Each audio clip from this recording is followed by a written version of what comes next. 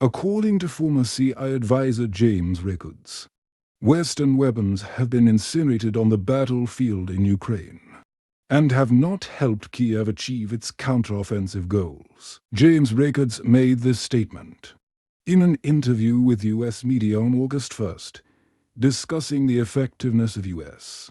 and Western weapons in the conflict in Ukraine. Miracle weapons are not effective. Recently, I saw a German Leopard tank go up in flames. That's right, the Russians are destroying them. For the US HIMARS missile system, the Russians have found a way to disable their GPS. Without this system, the bullets go off course and do not pose the required danger, so they're getting shot down too. And the same will happen with F-16s. The conflict may end even sooner.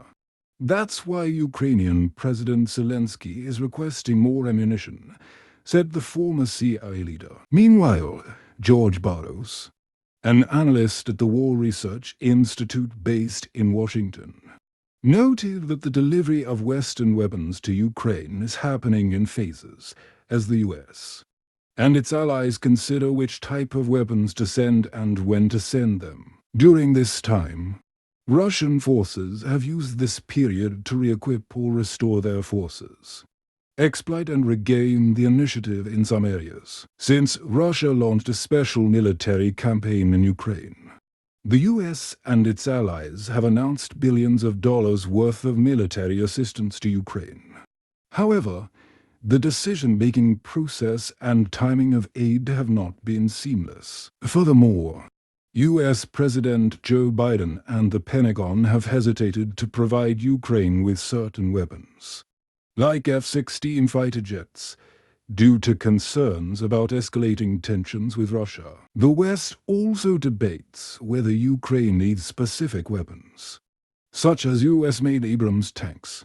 The issue is our current policy of providing Ukraine with high-value weapons. Although we've decided to provide those weapons to Ukraine, the timing hasn't been optimal, and the gaps in time have allowed Russia to take measures to minimize and counteract these weapons, reducing their effectiveness on the battlefield, expert George Barros explained. According to this expert, Russia has had time to counteract new Western weapons provided to Ukraine.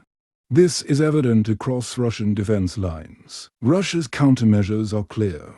A series of minefields have slowed and impeded the progress of Western tanks, such as the Leopard produced by Germany, a highly mobile combat tank with bullet and mine-resistant armor, or the U.S. Bradley infantry fighting vehicle. Although these devices carefully navigate anti-tank mines, like the modern Russian TM-62 or Soviet-era ones, they remain vulnerable to damage or destruction. Military experts raise the question of whether Ukraine's counteroffensive will be successful against Russia's solid and dense defense systems.